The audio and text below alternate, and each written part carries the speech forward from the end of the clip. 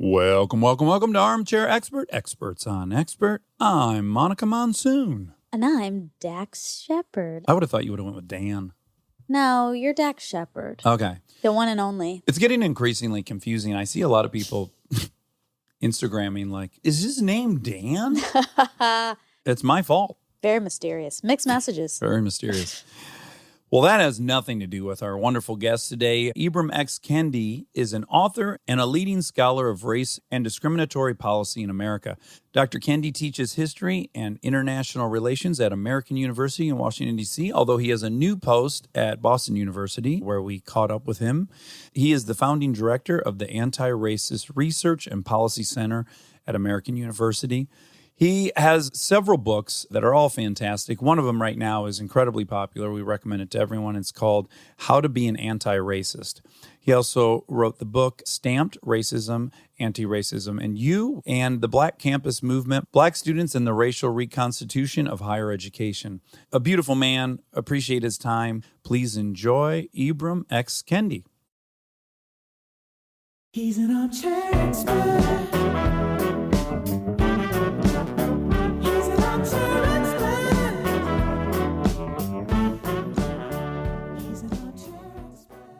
First and foremost, where'd you move to? You said you just moved. To Boston. I just took a new position at Boston University. I'm going to be building a new BU Center for Antiracist Research. Now that I asked that, I did read that, and I'm disappointed in myself. I didn't do the math on that. But yeah, so congratulations on that. Of course. Do you like change? You grew up in Queens, right? You had a very kind of specific lifestyle and community there, and then you guys moved to Virginia. And so I'm curious if you like change in general. I think change is necessary to growth. And I think fortunately for me, I've had to endure a lot of change. So I even went to many different schools and lived in many different cities. And so I feel like change has been constant, but I feel like it's been helpful because being able to build the best form of ourselves, as we change society is just as important, and we can't be really afraid of it. If that makes sense. Yeah, I totally agree. Big proponent of change. At the same time, I can recognize like pre-corona, when everyone found out, oh my God, we're going to have to sit inside and do nothing. The fear of doing that for me was an 11. And then it happened, right? And I was like, this is totally tolerable. And in my specific case, it's more comfortable than other people's experience. But with that said, then all of a sudden it started to be like, okay, we're gonna rejoin society. And then that came with its own fear of change. I'm like, this is bonkers. Just 3 months ago, I was afraid to do this. And now I'm afraid to return. And it just kind of illustrated for me, my knee jerk to change is probably generally going to be like, I don't want to. Yeah, and I think in many ways, this has been a lesson for humanity because so many people have been forced to, or at least hopefully decided to change. And maybe I wonder, all of the demands for change on the streets, I wonder if in many ways the pretty radical changes that were forced upon us as a result of COVID, in a way, opened the door for people to get more used to change. I wonder if there's some sort of relationship between the two. Well, I definitely think when this whole period is viewed through the lens of history and time, I don't know, in 70 years, all those components are going to look very convenient. I think it's going to, like the COVID context, and that there are probably so many people that would have been too tunnel visioned in their own world and their own work schedule to have participated in the numbers that we're seeing across the country. I think there'll be a pretty obvious link viewed 50 years from now. And I'm sure some of those folks, if they were working now, they wouldn't be able to be demonstrating. And so, yeah, there's a lot there. And now you're a historian, so can you do a compare and contrast? Have we ever had demonstrations across the country on this scale for race equality? So I think what's distinct about what's been happening these last 2 weeks is, first and foremost, where it's happening. So it's literally, you're having demonstrations not only in Washington, D.C., but Rockville, Maryland. You're having demonstrations in big cities, in rural America, suburban America, urban America. And I think that's what's distinct. I think in the 60s, you had pretty sizable demonstrations, but it was typically concentrated in particular places. This has swept the nation. I think many people have spoken about how diverse the crowds have been. There were diverse crowds among demonstrators in the 60s. And so I know for historians, that's not as big of a deal. But I just think the scale and how widespread it is, and then the sustained number of demonstrations day after day, and then for them to be growing as opposed to declining, I think is distinct. I can't remember through my reading of history another time like this. Yeah, and to be honest, so I read the New York Times every morning when I wake up, and certainly not cover to cover. I don't want to be bragging here. I read a lot of, they're paraphrasing, I read a bunch of. But at any rate, for 2.5 months, there wasn't a single story that wasn't Corona or COVID related. Even if you're reading like a food cooking recipe thing in the Times, it had something to do with Corona. And then like a light switch, that just completely all went away. And now nearly every article is about the protests, is about racial inequality. And I didn't think anything could get us off the Corona news cycle. I didn't think, an approaching asteroid would be enough to get us to stop talking about Corona. So I think that says a lot in and of itself that we switched so quickly, all the news attention to this. And do you think that's out of the goodness of everyone's heart or the deeper fear of property damage? If I'm a cynic, I think maybe it's that. And if I'm optimistic, maybe it's not. Yeah, I think that those who are opposing the demonstrations are looking at the demonstrations as a form of Armageddon in the sense that, these are the people who are trying to either literally or figuratively destroy the country. If in their mind, the country is property and police. And so therefore, they welcome the New York Times and others, covering this signature moment in which our civilization apparently is being destroyed. And then those who are in the protests, or I should say demonstrations, and those who are supporting them, from their homes, immunocompromised or whatever, are saying simultaneously that, yes, this is an Armageddon moment, but not to destroy, but to build a society of equity and justice, to build a society where police violence is not rampant. And so I think for those opposing it and supporting it, they both see it as this fundamental time where fundamental change could happen. And so I think that's even deeper than COVID. In many ways, because it's really about the life of this nation. I just had a question because I know definitions are important, and you've made that clear that that's a big first step is like defining all these things. So you just made a difference, a distinction. Thank you, between protests and demonstrations. Is there a reason for that?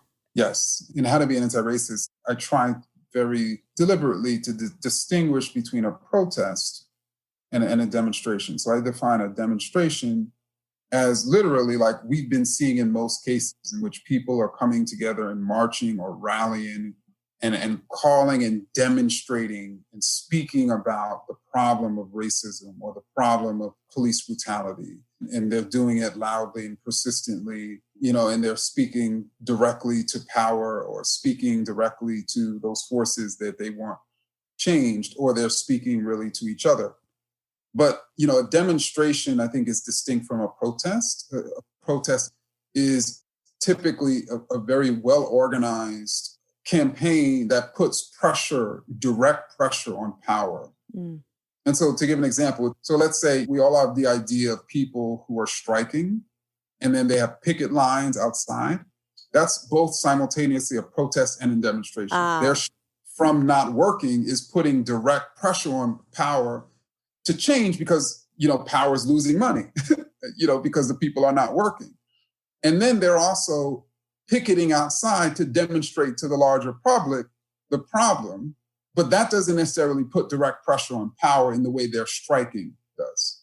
Right. I see. Okay. Yeah, that's good distinction. That's a great point to bring up early, Monica, that verbiage is so crucial right now that we're all working with the same definitions. So I guess maybe let's just walk quickly through the history of the definition racism. So when I grew up, I guess the version that I poured concrete around that seems to be the one I can't shake is basically a group of people feels superior to another group of people, and there's an implied genetic inferiority in that second group or that race. I was an anthropology major, which everyone makes fun of me for. I say that every 5 seconds. But race wasn't a word we were allowed to use, in that it's just a very terrible scientific proposition if you're trying to learn about any population. But how is that definition now inadequate, or how does it need to be reshaped? And what's the definition we should all be working off of going forward? So sure. So that definition really comes from the person who popularized the term racism itself. And she actually was an anthropologist, Ruth Benedict, who wrote a book, Race, Science, and Society. And she defined racism as the unproven biological superiority of one group over another. But what was happening with Ruth Benedict and some of her colleagues who were challenging eugenicists at the time, eugenicists who were saying that, Black people or Irish people or Italian people or Latinx people, or all these non-Anglo-Saxon whites were genetically inferior, they were also making a case or believing that there were cultural distinctions and cultural hierarchies. So in other words, they were rejecting notions of biological hierarchy, but accepting that certain racial groups, their cultures were inferior, that there was a such thing as civilized people. And then there were also beliefs that certain racial groups were behaviorally inferior. Can I ask you really quick, how would behavioral differences differ from cultural differences? Yeah. Sure. I mean, that's a great question. So groups sort of practice culture and humans practice behavior. And so what I mean by humans practice behavior, humans love, but depending on your culture, you're going to love differently. And so love looks differently, based on different cultures, but it's still love. And so what happens is if every one of us sort of says that I'm going to assess love from my cultural standards, and if another culture isn't loving the way that I am or my group is, then they're inferior, then automatically every group is going to seem inferior to your own. And I think it's critical for us to think about behavior in the same way we think about biology. We're pretty much all the same biologically and behaviorally, but there are cultural differences, but we should be willing and able to recognize that difference and basically level that difference. And so that's not what Ruth Benedict and some of her colleagues were doing. They were not leveling cultural difference. And it wasn't until really the 60s that you had like the Black Power movement and the Brown Power movement. You had Black people saying things like Black is beautiful and, white America, stop trying to get us to assimilate into your culture. Our culture is just as valuable as yours, that people started rejecting those anthropologists who were saying, what the only form of racism is when we speak about genetic hierarchy. Right. Mm-hmm. Well, I can own my own guilt in this arena, so I don't think I've ever thought, biologically some population is inferior.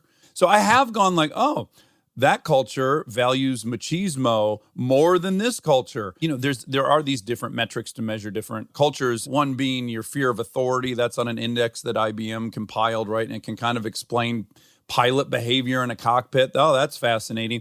Some cultures seem to be more machismo driven. And I generally be like, I hate that. I'll say, I don't like that part of that culture. So I've done it. I'll just say that. Yeah, I mean, it's hard not to, especially if you're born and raised in the United States, where we're not necessarily taught to level cultural difference. We're taught to, first of all, that there's a standard culture. There's a standard human culture, and that human culture typically is white. And there's a specific way in which that culture is considered civilized man, because it's usually man. And we should all be basically striving to be that way. Yeah. And that typically, obviously, degrades the cultures of many different people. And I guess for me, I try not to compare. So for instance, I was raised in African-American culture, and that's the culture that I'm most familiar with. And so I try to recognize I don't really understand enough about other cultures to be able to truly and accurately compare and contrast. So I would really have to, do a very intensive study. And then even, I can sort of understand history, but culture is so difficult to truly understand if you're not immersed in it. It's almost like coming to understand a language. It's very, very hard to sort of do, especially if you haven't learned it, from the time in which you were a child. Yeah. I'm going to have to take some positions here to make this interesting. But one thing I do, and it'll probably come up, but I will say while we're on the anthropology tip, that we have to, I think it's relevant to start by acknowledging that we have a lot of bad hardware. We've evolved to really identify in-group, out-group very quickly. And that as part of our survival for some 100,000 years, being able to identify your in-group and your out-group could have been life or death. We have a lot of hardware that makes it very easy for us to identify us versus them. And I think that that's something that has to be challenged endlessly. And I think to ignore it would be to have a naive sense of what the solution's going to entail. Do you disagree with that, or do you think that has some merit? I'm not sure whether that's a form of our genetic makeup due to evolution. But, I would certainly agree that it's a form of our makeup due to, at the least, our socialization. Like, so to give an example, I have a new book coming out, Antiracist Baby. When I first started writing it on, did a lot of research just to make sure that this was something that was needed. And so I'm, basically going back to a lot of that research. And studies show that when babies are born, so at, first week, they tend to not recognize race. And so, in other words, what they find is by 3 months, I think it's either 3 or 6 months, I think it's 3 months old, babies tend to look longer at the race of people who match their caretakers, but they find that at 0 months, that doesn't happen.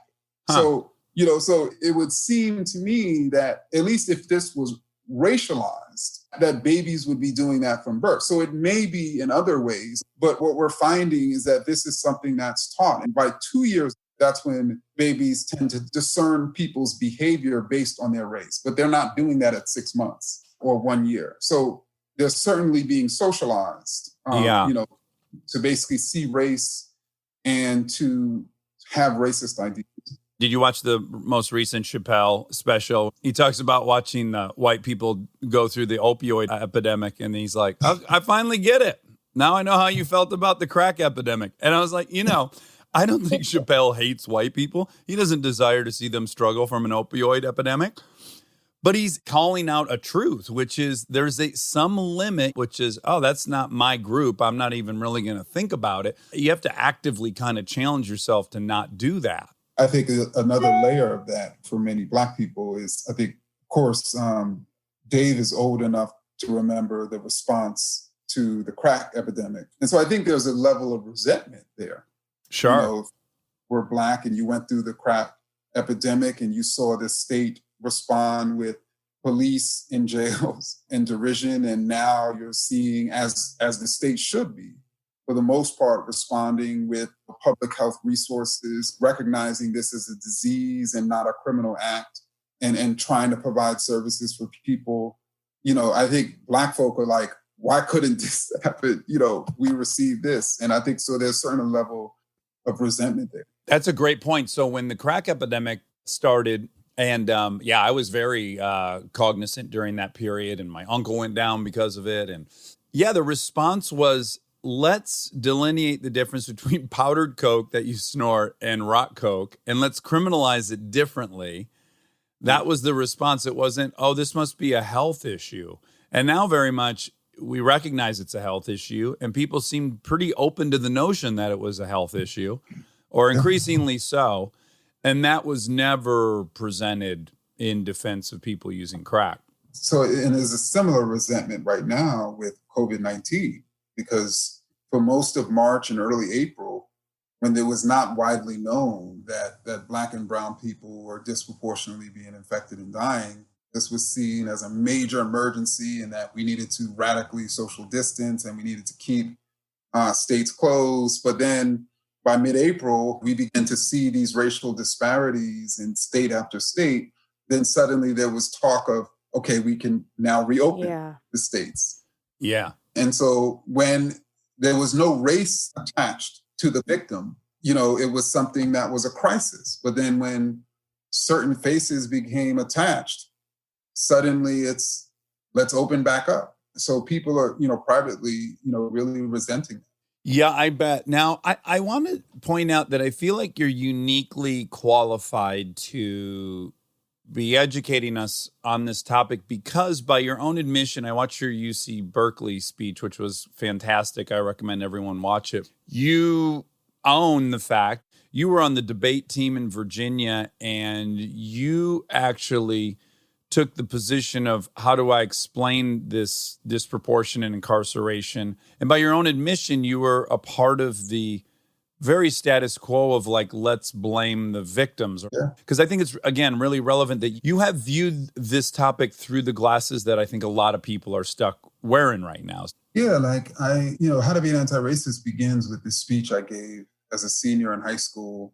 I was a finalist for this Martin Luther King oratorical contest in Prince William County, Virginia, which is outside of DC. And I actually have a tape of that speech. And, watching it now, I'm just completely ashamed of the things that I said. And, just as a point of context, I came of age in the 1990s. This was the year 2000. And if there was ever a decade in American history in which Black youth in particular were considered the problem, were considered a menace to society, it was the 1990s. And so there was all these ideas about Black youth being violent, Black youth not valuing education, Black youth, having too many babies. And many of those ideas were constantly sort of taught to me. And I ended up internalizing those ideas. And I ended up reproducing them in this speech. And so it was really a speech in which I thought was so radical. I thought I was sort of honoring Dr. King when indeed it was just a speech of racist ideas in which I was constantly talking about all the things wrong with Black youth. Black youth don't value education. Black youth want to climb the high tree of pregnancy. And Black people don't have intestinal fortitude. And all of these racist ideas about all the things wrong with Black people. And so I began the book talking about that and admitting that. And partly because I recognize that to be anti-racist, we must admit those moments in our life in which we expressed racist ideas, in which we supported racist policies. We cannot be like the president when we say that majority Black Baltimore is a rat and rodent-infested mess that no human being would want to live. And then when he's challenged for that racist statement, he says, I'm the least racist person anywhere in the world. We can't be like that. We have to be willing to admit the mistakes that we've made. I was just excited we finally figured out who the most anti-racist person was because it kept me up at night. And I was like, okay, I can stop thinking about it. We found him. Now, why do you think the 90s, the young Black male was target number one? Do you think it's simply because Ice Cube was far more popular than Curtis Mayfield? Because I don't think, I'm being serious, because I don't think the stories changed. Like telling the story of your surrounding in song is not new. Is it just, was it the mass popularity of white kids consuming that media that had everyone freaked out? Or is that too simple or just one piece of it? So I think it was a combination of the late 1980s as a result of really crack market competition and growing amounts of unemployment, particularly among young Black people. Those helped contribute to a growing amount of violent crime. And so instead of people sort of tracking this growing amount of unemployment among young Black youth and violent crime, instead they said, no, it's something about their culture. It's something about the hip hop they're listening to. It's something about their way of life. Or they're just beasts by nature. They're super predators. And so therefore we need a crime bill to constrain these people with more prisons, with 3 strikes and you're out rules, with more cops. And I think that then combined with Black and brown children were still getting lower scores on standardized tests.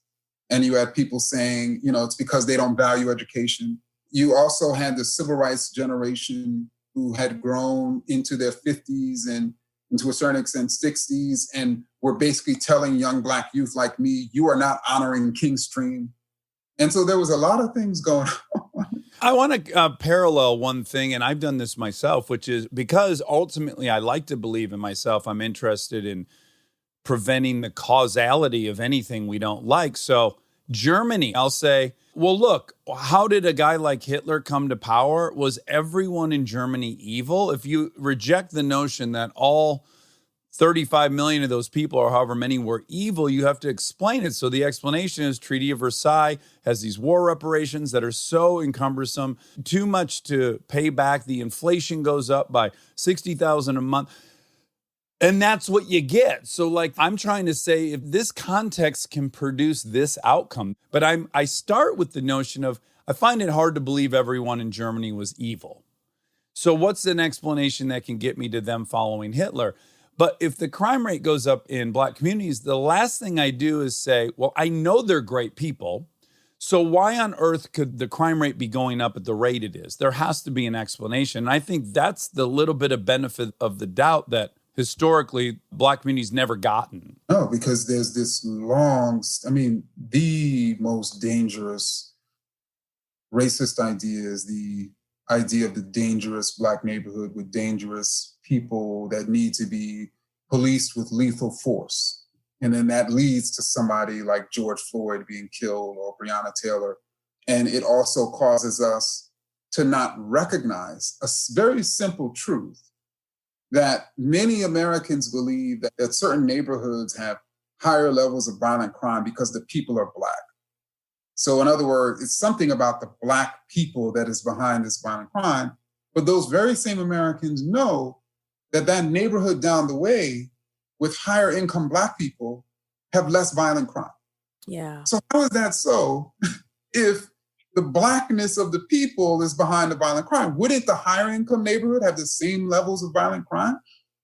No, what that means is that it's actually the long-term poverty, the higher levels of unemployment. And we should be viewing these as dangerous, unemployed neighborhoods.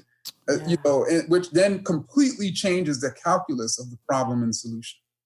Yeah, I feel like I'm regularly, and it's very easy for me to step in it when I do this, but even Monica and I have had many debates where I'm like, all you're looking at is socioeconomic issues. I mean, that's not true. That's too simple because there's also just a straight visual racism happening. But so many of these things are really socioeconomic issues. And if you compare white people of similar socioeconomic situation, you also see much higher crime rates than the affluent areas of white culture. So, so much of this stuff is really predictable just on the socioeconomic aspect of it.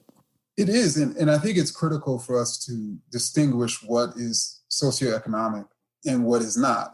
But I think in terms of socioeconomic, even when it comes to crime, when people think of violent crime, they think of murder, they think of armed robbery. They don't think of drunk driving.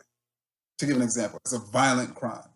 Yeah. And drunk driving actually does tend to happen more in affluent white suburbs. Mm-hmm. It's not considered, to be a violent crime because of the way in which, people sort of regard it. And then even when it comes to robbery, people are more scared of some kid, robbing them for their wallet on the street than somebody who is in their suburban affluent neighborhood robbing them of their whole life savings, as we see, every night on American Greed. Oh, love that show. Favorite show. Yeah. Part of this is, in many ways, people believe that they live in these safe neighborhoods because they have very narrow conceptions of crime and violence. But then, just to mention about socioeconomics, I do think when it comes to this issue, if people focused more on socioeconomics, it would make it that much better. I think when it comes to issues like health, I think it's a little bit different.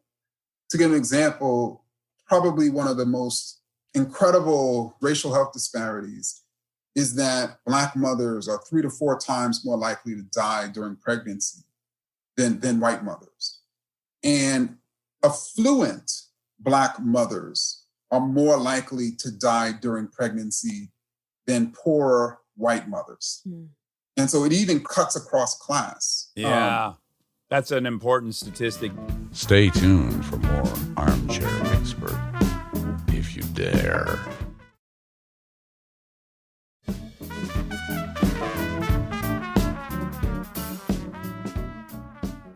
And there's all this data out now, right, about why the opioid crisis didn't hit the Black community in such a strong way. One of the factors being that white doctors don't believe Black people are in pain. Yep. So they actually weren't prescribed the medicine at nearly the rate white people were, which would, lower the introduction rate and then the ultimate addiction rate. And I think it's important to point that out because one of the things that happens with racism is it's critically important, I think, for white people to recognize that as a result of racist policies, white people, even white poor people, who are more likely to live in mixed income neighborhoods than Black poor people, have particular privileges and advantages, and so thereby benefit more than people of color from racism. But at the same time, white people get hurt by racism too.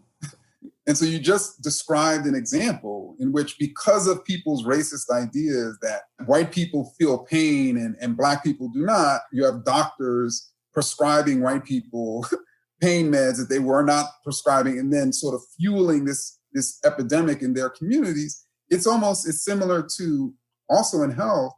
You have doctors who believe that sickle cell anemia is a Black disease. So only Black people get sickle cell anemia. Even though it's really a malarial disease, it shows up among peoples who have, concentrations of malaria. So that's not just sub-Saharan Africa. That's parts of Southern Europe, places like Portugal. That's parts of South America. If a Portuguese American is showing with symptoms of sickle cell anemia, a racist doctor is going to be like, oh, that's cell because they're not Black. Yeah. And so that person gets misdiagnosed and gets harmed. Huh. Interesting.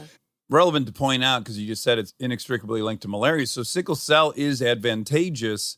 It's a codominant gene, right? So you can have some of your blood cells sickled, some not sickled, and the sickled cells do carry oxygen better when you have malaria, right? That's my understanding of how it's an evolutionary advantage. Precisely. So it defends against malaria, which is why it shows up in higher concentrations among peoples in regions where malaria is more prevalent. Okay, so now let's get into your book right now, which is, congratulations to you. Sorry, the impetus, but people are reading it in huge numbers right now, which I think is fantastic. It's sitting right here. Yeah, it's sitting right here. How to be an anti-racist on our desk. Now, explain to us the difference between being racist, not racist, and anti-racist. So being a racist is someone who is expressing a racist idea or supporting a racist policy, while an anti-racist is someone who is expressing an anti-racist idea or supporting an anti-racist policy. And so in order to really understand both, we have to understand a racist idea and an anti-racist idea. And so a racist idea is any idea that suggests a racial group is superior or inferior to another in any way, or that this is what's better or wrong or right about a particular racial group. These are racist ideas. And anti-racist ideas suggest that there's nothing wrong or right, superior or inferior about any racial group, that the racial groups are equals. As we talked about earlier, that the races are the same biologically and behaviorally, and then different ethnically and culturally, but we're going to level those sort of ethnic and cultural differences. And then in terms of policy, so, I said racist is someone who is also supporting racist policy. These are policies that lead to racial inequity or injustice. And while anti-racist policies lead to equity and justice. So to give an example, a poll tax led to Black people being disproportionately disenfranchised in the South, which was essentially a racist policy. In the same way now, voter ID laws are disproportionately disenfranchising Black and brown people. So they're racist policies. By contrast, when the Voting Rights Act in 1965 was passed, and it required states to prove that a new voting law was not going to disenfranchise a particular racial group, that was an example of anti-racist policy. People started registering, people started voting in greater numbers, people of color. So all of those people who were expressing racist ideas, whether you're talking about slaveholders or even you're talking about police officers today who are saying that Black people are super predators, they typically were also saying they're not racist. And eugenicists consider themselves to be not racist in our terms. Even many members of the Ku Klux Klan were saying they're not racist. Amy Cooper, right after she was basically told to leash her dog in Central Park, and instead of just leashing her dog, she then threatened a Black male and then called the police to claim that her life was being threatened.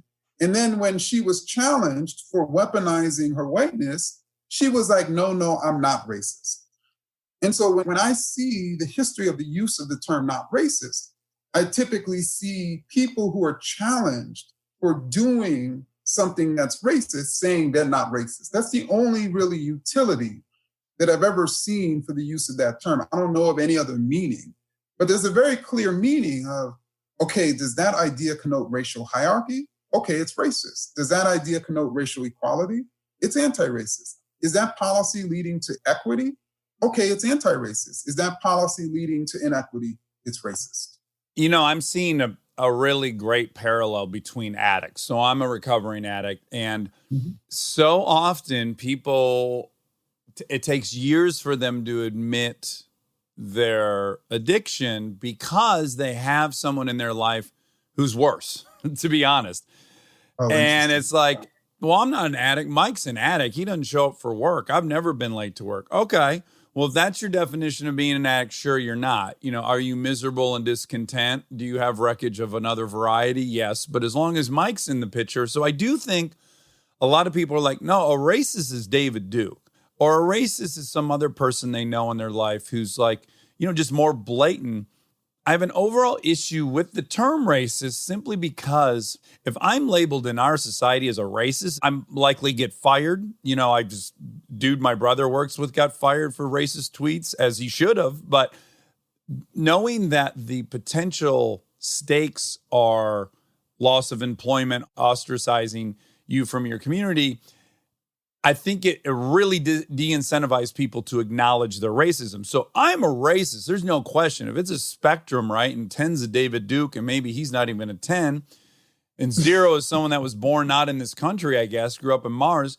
You know, I don't know what I am, a 2 or a 3. I'm certainly racist. I can't not be. I've inherited all kinds of thought structure in architecture that, like, I'm not even aware of half the time. I feel like there's no safety net for people to start acknowledging, like, oh, no, I'm on this spectrum. Where am I at on this spectrum? What are my goals? Where am I trying to get to on this spectrum?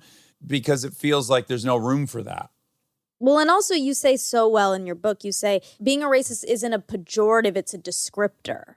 So if we change the frame of it, of like, this is describing something, as opposed to I'm bad because I'm a racist. Because, yeah, people don't think they're bad. So that's a big hurdle.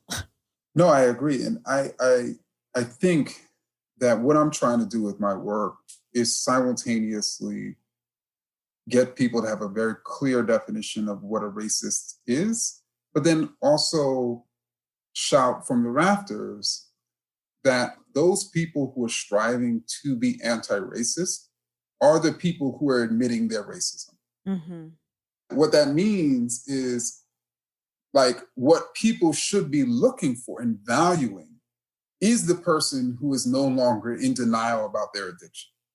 And, you know, I have used quite a bit the analogy of addiction, you know, in talking about, you know, when you're really, truly striving to be anti-racist, it's almost like you're trying to overcome an addiction. Like you're always taking it a day at a time. You never become an anti-racist.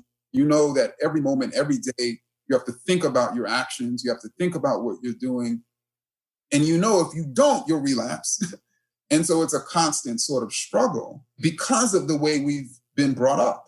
And I think people recognize that and they're like, no, that's just too much work. So I just would rather just call myself not racist. And so I'm like, no, there's no such thing as not racist. So if you don't want to do the work, just like a person who is addicted to a substance and they don't want to do the work of overcoming it, then you're still now addicted to that substance. You know, if you are abusing a substance, you're risking your life, you're risking your job, you're risking your relationships. It's the same thing when you are refusing to not start on this journey of being anti-racist. Okay, now here's where I'll get dicey. Is it naive to ask people in the out group, per se, to prioritize an issue that is from an out group above the things that are in their in group? So I'll just give a hypothetical. Now, I'm pro-choice, but I recognize there's a lot of people that are pro-life. I also recognize the people that are pro-life literally believe they're saving a life. I believe they believe they're saving a life, and I can respect that and understand it. So I think a lot of the traditional conservative right-wing supporters may say, yes, I think that guy's racist, but I personally am elevating killing babies above racism. So for me, I'm a one-issue voter, and I've got to protect babies from being killed.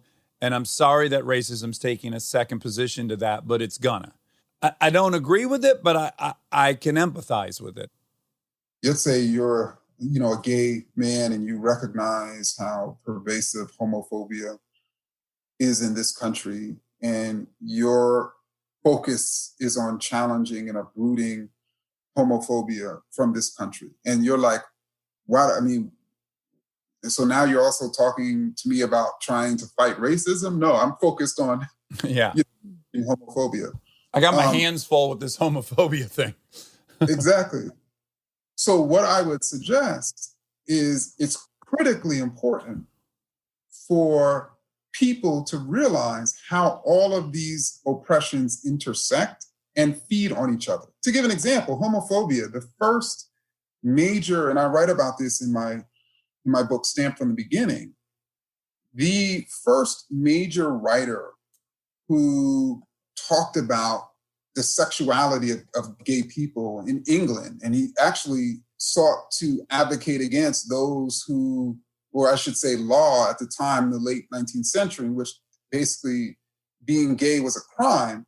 He also racialized sort of homophobia, in that what was happening in the 19th century is people were seeking to really sort of understand sexuality, human sexuality, through the Black body, through sort of examining the Black body, dissecting the Black body.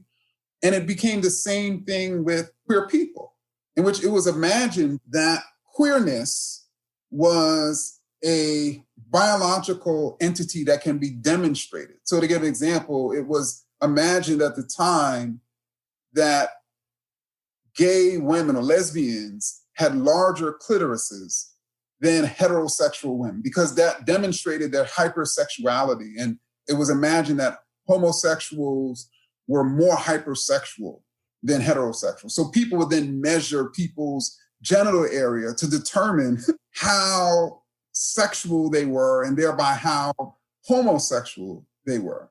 It was also imagined at the time that Black women, that Black people were more hypersexual than white people. So then it was imagined that Black women who were lesbians had larger clitorises than white women who were lesbians, and white and Black heterosexuals. This is the beginning of people understanding and really making the case for the inferiority of queer people, and they were not separating it from race. Because in many ways, they were informed by race science that was determining people's behavior based on their genetics. And so it's critical for people to understand that. What I've been saying to people who have tunnel vision about a particular issue, chances are in this country and in others, racism has played some sort of significant factor in it. Well, we interviewed Heather McKee, and she was talking about the 2008 financial meltdown and how all of those predatory subprime mortgages were basically researched and developed on communities of color. Yeah, it's not always obvious how a white person might suffer under these racist policies. It's not always so clear. It isn't.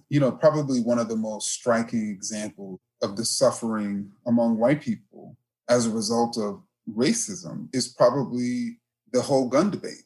Primarily white men and white male politicians have advocated, primarily in red states, to remove sort of gun safety laws, and they've succeeded on the basis that these white men needed to defend their families from so-called Latinx invaders, Black criminals, and Muslim terrorists. And so I need to arm myself, and arm my community so I can protect my family against these people. And so they were trafficking constantly in those ideas, those racist ideas. So then these states removed those gun safety protocols, and white men began sort of accumulating weapons. And then what we began to see statistically is a rise in white male suicides by handgun. And so you see the states who kept these gun safety laws in place versus the states that removed them. You see this spike in white male, not anyone else, but primarily white male, to the level of Black male homicides. That's how much it's happening right now, very quietly. I say quietly because it's not a national story like all the people being killed in Chicago. And it's primarily being brought on by people's own racism. And also, those very politicians are simultaneously harming them economically and then turning around and saying, well, you know who's hurting you? Immigrants, those Black people. And so therefore, you need more guns to kill yourself. Obviously, they're not saying the last part. Well, I know it's so interesting, like the gun debates I've had with folks, and let me just I own a gun, so it's not like I'm anti-gun in the most broad sense, but it is so convenient they don't want to include suicides into the number of gun fatalities. It's so bizarre. Like, how on earth is that not a gun fatality? What's the logic behind it? There's really none, other than it's just inconvenient for them to acknowledge how many people who set out to defend their family and property ended up taking out the patriarch. It's pretty crazy. It is. And not only has the NRA succeeded in that, but the NRA has succeeded in preventing the funding of research in suicides by handgun and the causes of that. Because again, if you're the NRA, if you're the leadership of the NRA, and white men all across this country begin to realize that there's an epidemic of white male suicides, and it's coming as the result of this massive accumulation of guns. And then you start to look around, who's been pushing for us to accumulate guns? Who's been telling us we need guns? Who's been advocating and funding those politicians who are doing this? It's the NRA. So then all of those guns pointed at those so-called Latinx immigrants, Black criminals, and Muslim terrorists, and even themselves will be facing NRA. And then, how could they even live another day? What you pointed out, which is great, is that an anti-racist is not looking at what's going on with people. It's about looking at what's going wrong with policy. So could you give us like a top 3 policies that we need to be examining, be aware of, and be actively against when voting? Oh, when voting, I think voter ID laws. Well, let me just say, the number one is we should have automatic registration in which everyone is just automatically registered to vote. I agree. You get your birth certificate, you get a voter ID for life card. Precisely. So the whole concept of registration allows certain people, and it's historically been people of color and women and poor and working people, to be disenfranchised. So, we need to completely eliminate the whole sort of function of registration. And then the second thing I would say is we can bank online. We can have conversations like this online. We can do everything online, and it's somehow safe. but we can't figure out a way to vote online.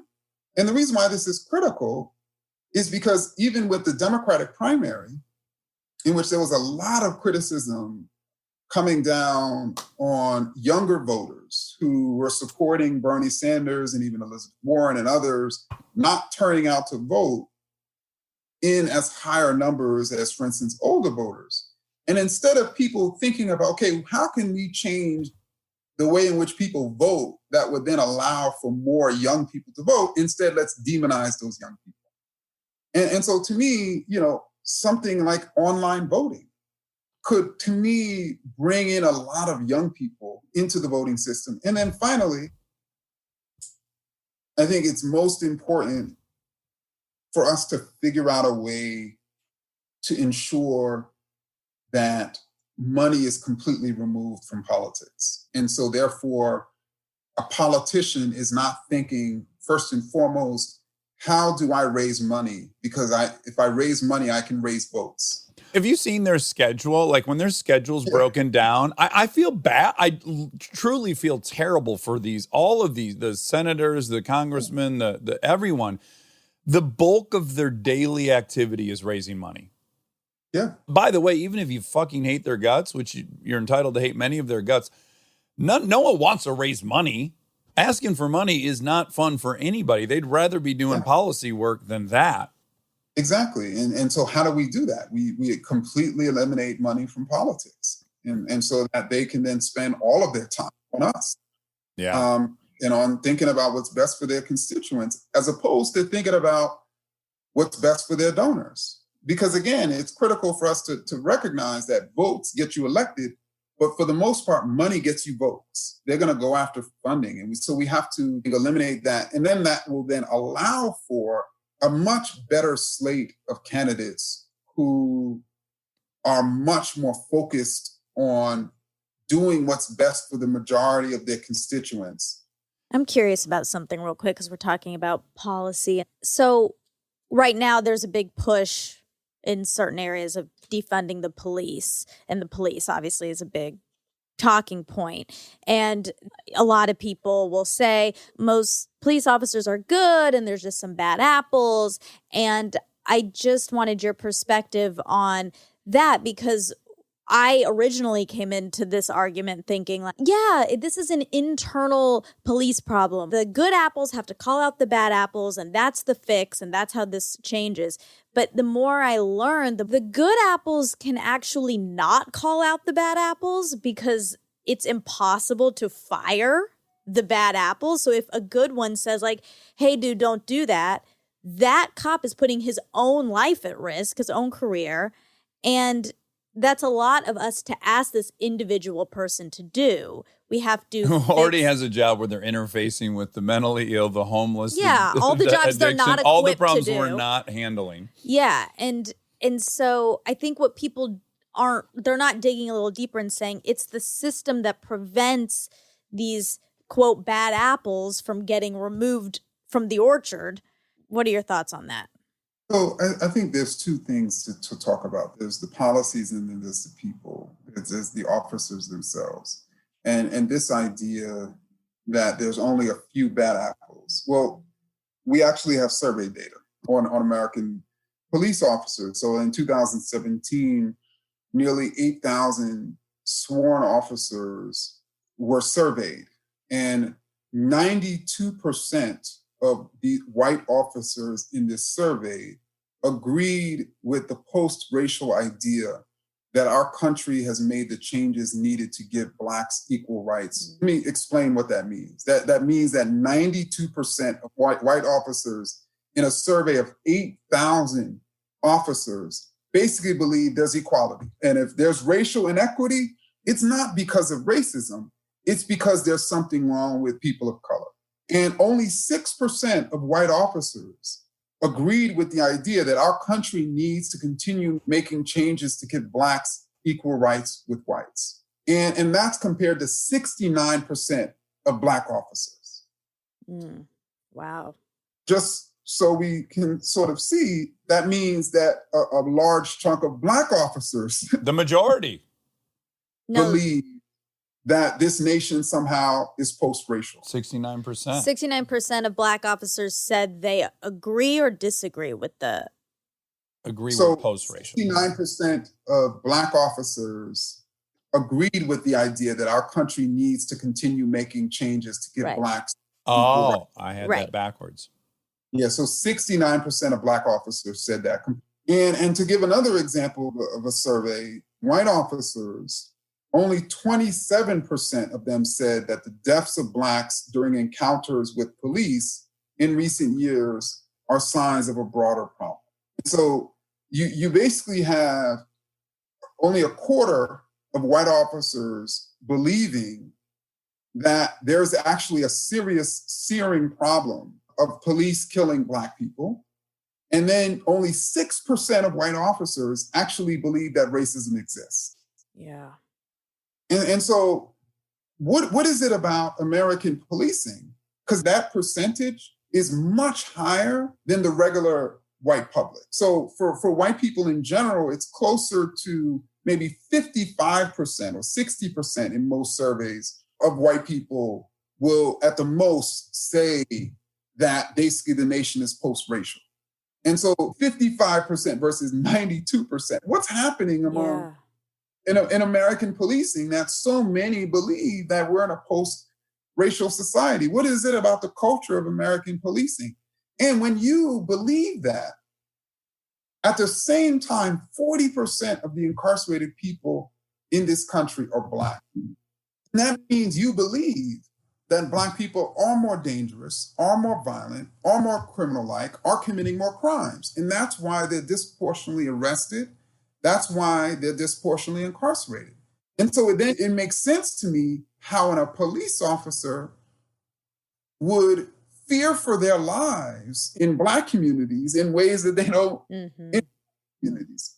But then I think in terms of the structural issues, I mean, think about it. Like, if you're a police officer and all you have to do after the fact is say you fear for your life and then you'll get off. Yeah. That's what folks are going to do. If you're a police officer and you get written up for doing something wrong, all you have to do is contact your union and they'll hit up an arbitrator and then you can get that punishment overturned. Isn't that what you're going to do? And so I think what we're talking about here is the power of policing and police officers through their unions. And I don't know of any other profession in which you literally can regularly harm people and kill people and still go back to work the next day like nothing happened. I don't know of another profession like that than American policing. And that's a serious problem. You could probably get away with it in the UFC, but yeah, your point stands. Yes. Stay tuned for more Armchair Expert, if you dare.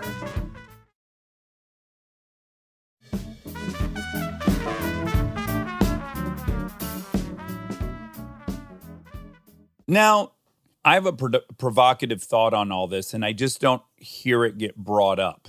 I guess it's in keeping with the White Fragility book, but when you mention the LGBTQ response from the hetero community, and driven obviously largely by men in power, it makes so much sense to me because there's this huge male insecurity that fuels so much downriver policy that I think no one really wants to address, which is the male fear of kind of impotence, that they need to control women's bodies out of this fear, that they criminalize things that would appear to threaten their frail ego when it comes to this. So I will just say that your average white young male, his exposure to the Black world is through sports, and you're looking at, Shaquille O'Neal, you're looking at all these people, and then in pornography. So then white kids are watching pornography. So there's this dual thing happening where they feel physically inferior, and they have this huge sexual insecurity that they can't please a woman, and that those two fears are very active, whether it's on the front of their brain or in the back of their brain. I don't think anyone's really acknowledging that. Is that too out there of a thought? No, I think this is another example of how a racist idea about another group can come back to harm your own sense of self. And so if you're a white male and you believe the racist idea that Black men are hypersexual and that they have larger penises than white men. Beastly sort of super studs. I can tell you, even someone a white guy that would describe himself as not racist would also believe that Black men have bigger penises. So if you believe that idea, then you're a white male and you're going to be like, okay, these other people are better in bed than me. Yeah. Or I'm bad in bed. Yeah. I'm not going to be able to satisfy women. Forget the fact that women don't care about penis size. It's only us men. But that's just, I got to say that out loud. It's only us dudes who are comparing penises. And, so again, it comes back to sort of haunt you. It's the same thing with white women who believe this sexist idea that a true woman is asexual. A nice, respectable woman cannot be sexual. Yeah. And those women who are not nice and who are not really women, those women of color, they are sexual, they're hypersexual. So then you're going to have this sense of insecurity. Am I able to please this man? Yeah. And so I think sexually it creates all sorts of problems. But again, the origins of it are these racist ideas. Mm-hmm. Yeah. And I think that's how people can then free themselves of their own insecurities and even of their relationships with people in their own lives.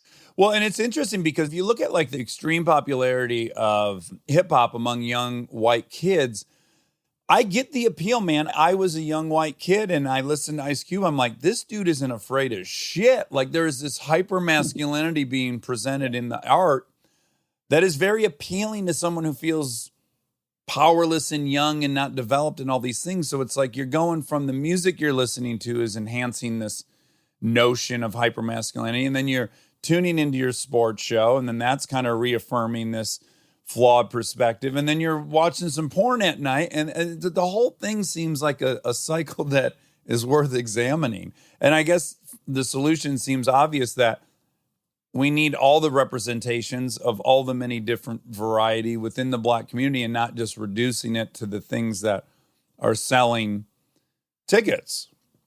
Yeah. And historically, the Black body has been commodified, in this country in ways in which the intellect, for instance, of Black people, have not.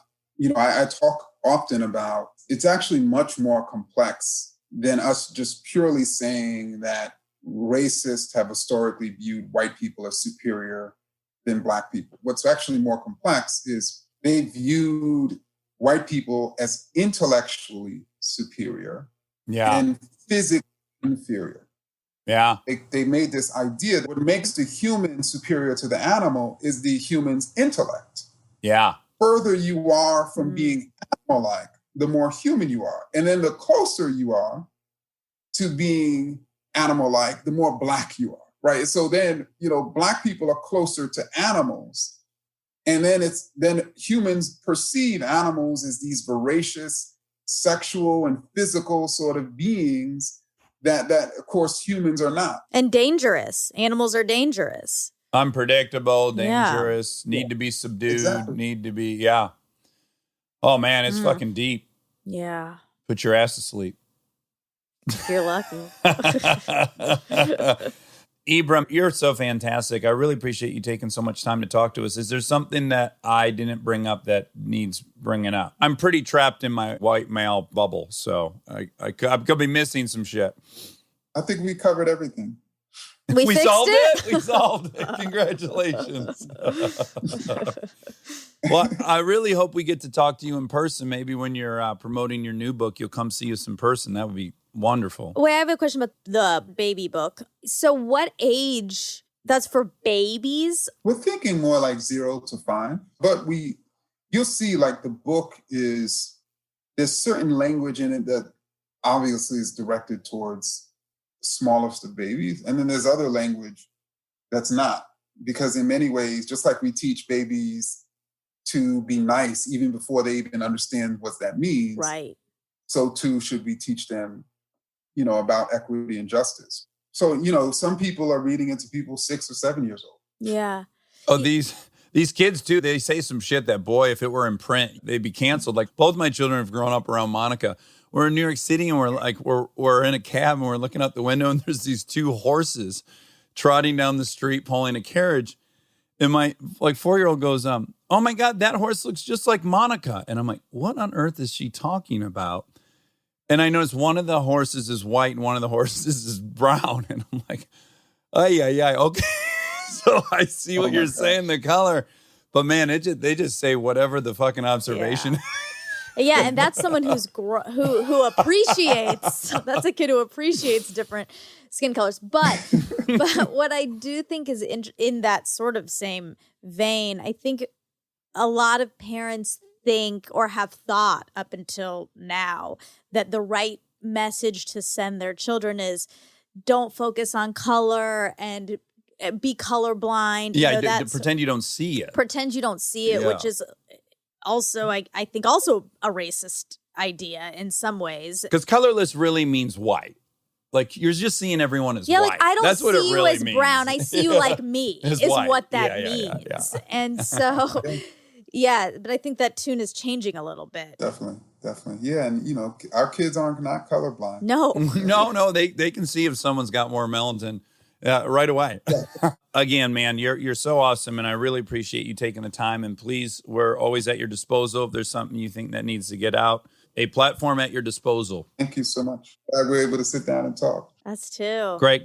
Thank you. Well, we'll do it again soon. All right, definitely. All right, y'all. Thank you, Ibram. And now my favorite part of the show, the fact check with my soulmate, Monica Padman. So this was a first. Welcome to the fact check. This was a first time ever real-time fact check during the interview. Yes, because we're on a tight turnaround, but I didn't want to not fact check for like this third week in a row or something. Right. So I wrote down facts as they were happening. So I definitely missed some. You missed some. Because I was paying attention hard. Well, yeah, you were engrossed in the conversation. You probably kept forgetting you were supposed to be checking in for facts. Yeah, that happened a few times, but I did do it, and it was kind of cool. You kind of liked it? Yeah, I kind of felt like I was really a student in class because I was taking notes, essentially. Yeah, did it bring you back to your college days? Yeah, I loved college. And also, Ibram is a professor. He is. So, and I love professors. You sure do. Yeah. What did you jot down during that session? So, I jotted, I'm so sorry. Before you get into that, there was one earmark, remember? Which was you brought it up, and we didn't really explore it. and you wanted to explore it. I wanted to explore it. Yeah, let's. And that was this term, defund the police. Yeah. And I think for most people, I would see that word and go, wait, so less police? Is that what you're saying? It sounds scary. Yeah, it sounds like you're going to put less resources into fighting crime is what it sounds like on the surface. But if you explore what it means, it's basically reallocating some of the budget to preventative measures so that they're dealing with less crime. And then 2, getting some specialists on the ground that can deal with the mental health issues that the police are dealing with daily, hourly, and the substance abuse issues and the homelessness crisis. So people who are more apt to handle those specific issues. Right now, the cops are handling all these issues that they are not equipped to handle. Yeah, none of us are. Well, some people are. And those are the ones that need to be given money to. So once again, I think it's terrible branding on the left. As I'm very critical of the branding on the left. This one, I think it could have been definitely worded differently, that they want some preventative allocations made from the budget. That's what it is. That seems more appealing to me. It's very upstream thinking, and I hope it happens because it seems like that is what is needed. And yeah, when you first hear that, it seems like, oh God, like even I had the same reaction when I saw it. Somebody sent me a text basically asking me to post it on my social about defunding the police. And I was like, I'm not posting that. I don't know what that is. I don't think I want that. Yeah. And then once I started doing a deeper dive, I was like, oh no, I totally do. I think that's really smart. And I also recognized that part of the reason my response is, oh no, is I feel protected by the police. Sure. That's part of my privilege, is like I don't feel harassed by them. No. So I'm like, why would we do that? But that's all part of this whole issue. So, yeah, reallocation. Yeah, I like that better. A little recalibration. Yeah, funneling. Yeah. They need to appoint us, I don't know. President? Liaisons, ambassadors. I want to be employed in some capacity to help with the wording and branding. Oh. The right's great at it. Like death panel. Like they really, death tax for estate tax. Like they know how to talk to their people. Yeah, they know how to get their people excited about their agenda. But I would say, to be fair, you're not looking at it from a left perspective when you say that. You're looking at it from a right perspective. No, I like to think I'm looking at it as how do we get the most amount of people supporting this idea? But that's not what the right's doing. So I'm saying you can say that about the left, but you can't give the right credit because they're not doing that. They're not saying how do we get the most people on board. They're saying how do we get our people on board. Well, I think though what I mean by they're successful is that they actually, because their wording is so clever, that they get people that actually maybe wouldn't even agree with that, but they phrase it in a way that they even get people that wouldn't, if they got into the substance of it, wouldn't agree with it, like death tax. Mm-hmm. If you label it death tax, everyone's like, yeah, I'm not in favor of a death tax. You can't tax someone for dying, Right. And it elicits a quick emotional response. Well, by the way, this isn't my theory. Today in the New York Times, there was these poll figures about if you ask people, do they want sensitivity training? 86% yes for police. Do they want people dedicated to dealing with the mental health issues? It's like 80-some%, right? And then you get down to people who support defund the police is like 13%. So what you know is that they support all the things that defund the police entails, but that the nomenclature is so shitty that they don't support it. So that's a very bad job. If all the tenets of the movement are agreed upon and yet no one agrees with the movement, I think that's bad branding. Yeah, that's true. I mean, I will say that that's sort of similar to gun control. 80-something% of Americans believe we should close loopholes and background check, all those things. Yet none of those things happen.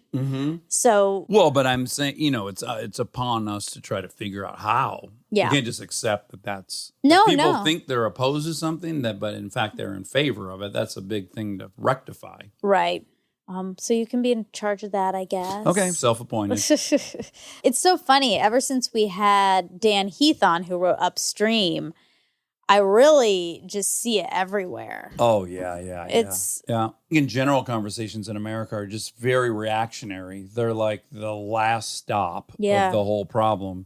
And no one's tracing it further up a river to try to... Yeah. Everyone wants to treat the symptom and not the disease. I know. Okay, so he said in his book, and then I've heard him say it other places, but he didn't say it here, but I thought was really poignant. He said denial is the heartbeat of racism. He talked about that, but he didn't use that phrase, and it sticks out to me as being really true. Yeah, I really think the addiction model is so weirdly related. Yeah, he talks about that in his book too. I start it for you. Oh, you did? Mm-hmm. Yeah, suffering from and I have friends that it's like every time I point something out, it's, well, there's another person who's worse. And it's like, okay. Yeah. Great. Yeah. The example I always gave when I was newly sober was I watched a documentary where a guy was melting crack and then shooting that intravenously. There's some guy that's just smoking crack that's like, well, I don't melt it and shoot it intravenously. It's like, okay. Yeah. Yeah.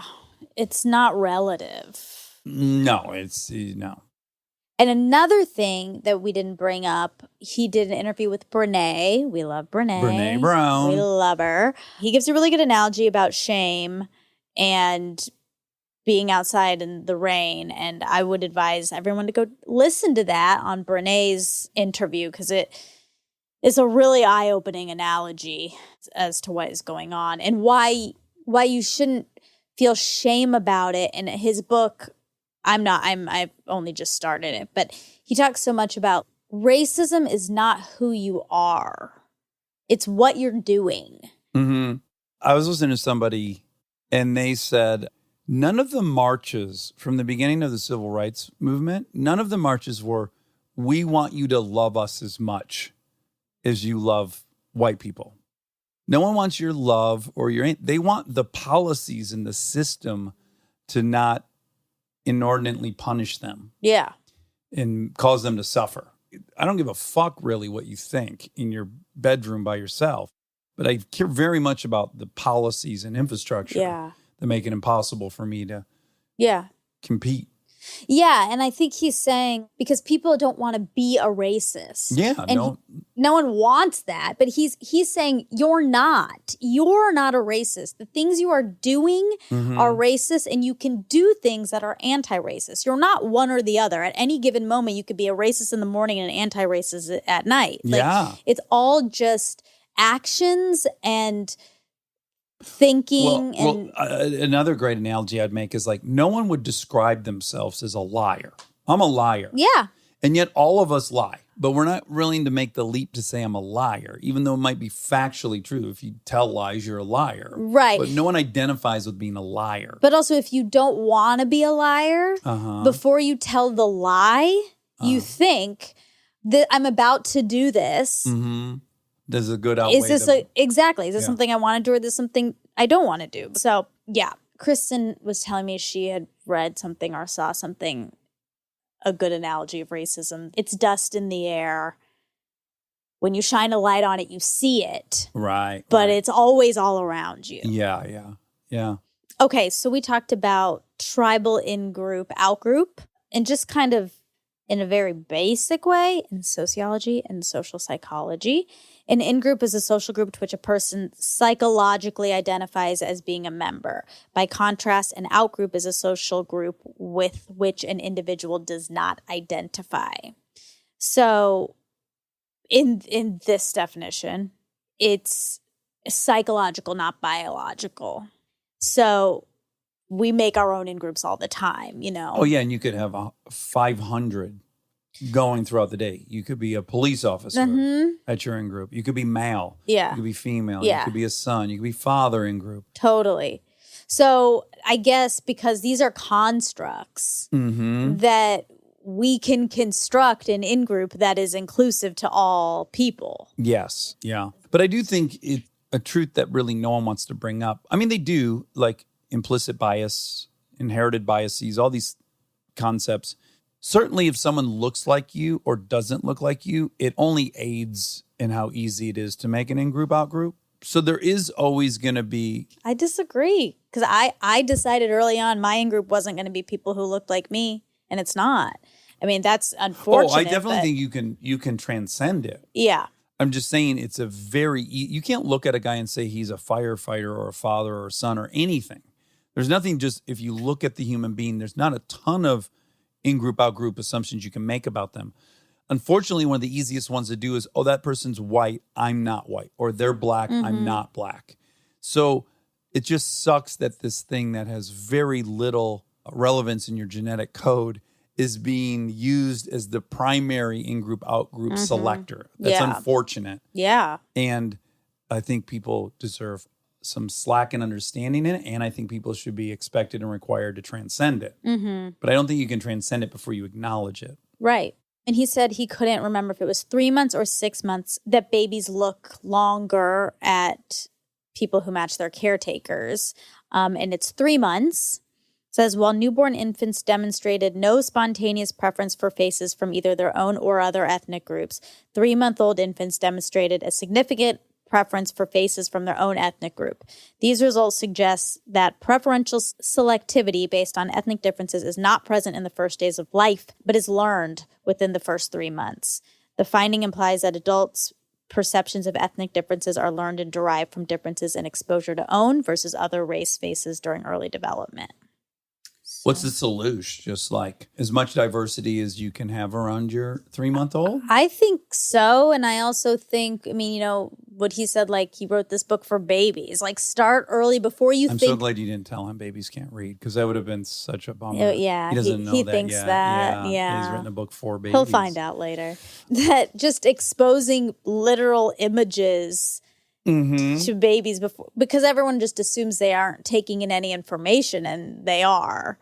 Okay, so I think by now it's becoming more and more apparent that Black people have been affected at a much greater rate of COVID than white people. That's like now a thing everyone's talking about, but took a long time to get there. And it says the latest overall COVID-19 mortality rate for Black Americans is 2.4 times as high as the rate for whites and 2.2 times as high as the rate for Asians and Latinos. Asians too, huh? Is there any explanation? What do you mean? What do I mean? Asians are rarely in the same group as Latinos and Blacks for any metric. No. 2.4 times as high as the rate for whites and 2.2 times as high as the rate for Asians and Latinos. They're still outnumbering okay, everyone. That makes more sense. Oh, okay. And then the white male gun deaths that we were talking about. I thought that was interesting because you brought up like no one mentions those numbers. Yeah, they don't want to count them as gun fatalities. Yeah. Just so, yeah. It's a very weird delineation. And here it says of the 35,637 firearm deaths that occurred from January to November 2019, 21,912 or 61.5% were suicides. Oh, my God. And that's overwhelmingly white male, yeah? Yeah. White males are 2.5 times more likely than Black men to die of suicide. That is the only statistic, probably. Or they're 2.5 times more exactly. likely. Yeah. And it's 61.5% of gun deaths. So. Yeah. It's kind of crazy. Crazy. Well, I'm really glad we got to talk to him. He is a busy bee. He's currently today, which will be 2 days ago when this drops, taking over Selena Gomez's Instagram. She is really using her Instagram currently. She's doing a lot of people taking over her Instagram because she has 160 million followers or something. God. She has like Is one that of how the many I highest. have? Yeah. Oh, wow. You're almost. Oh, okay. Yeah, wow. You're coming up pretty close. No, I think she either has the biggest or like top 5. Well, the biggest in the world is Fernando, the soccer player. Really? Yeah, and he has 250 million. Let's see. I know I'm curious about the whole list. I bet those are. Oh, Cristiano Ronaldo. Yes. Yes. Well, clearly I don't follow him. Sorry, Ronaldo. Oh, yeah. 223. And then Ariana Grande is next with 189. Damn. But Selena. 160, you says? 163? Something like, let me look. 171.5. Oh, my goodness. You know what the parallel is? Young. But also, it's great. She's using, well, no, The Rock has 176. Ooh, get it, Rock. I follow him. But I love that she's doing that. She has a huge platform, and she's using it in, I think, a great way. Good for her. That's all. That's all? Yeah. All right. I love you. Love you.